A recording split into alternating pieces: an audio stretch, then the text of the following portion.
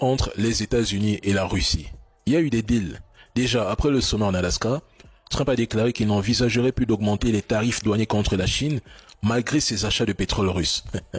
Il ne prévoit plus de nouvelles sanctions contre la Russie. À l'issue de leur rencontre, le président chinois l'a assuré qu'aucune invasion de Taïwan n'aurait lieu durant son mandat.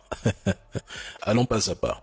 Si hier Trump et Poutine ne s'étaient pas accordés sur plusieurs points, s'il n'y avait pas eu de deal, jamais il n'y aurait eu cette rencontre Trump-Zelensky prévue lundi à Washington.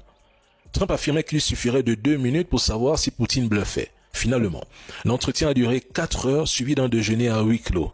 Il en est sorti tellement satisfait, heureux, qu'il attribuait la rencontre la note de 10 sur 10, rappelant sur sa page que la Russie restait une grande puissance. Lundi, Washington convoque Zelensky, non pas pour discuter ou négocier, mais pour lui faire avaler les conditions de sa capitulation. Point.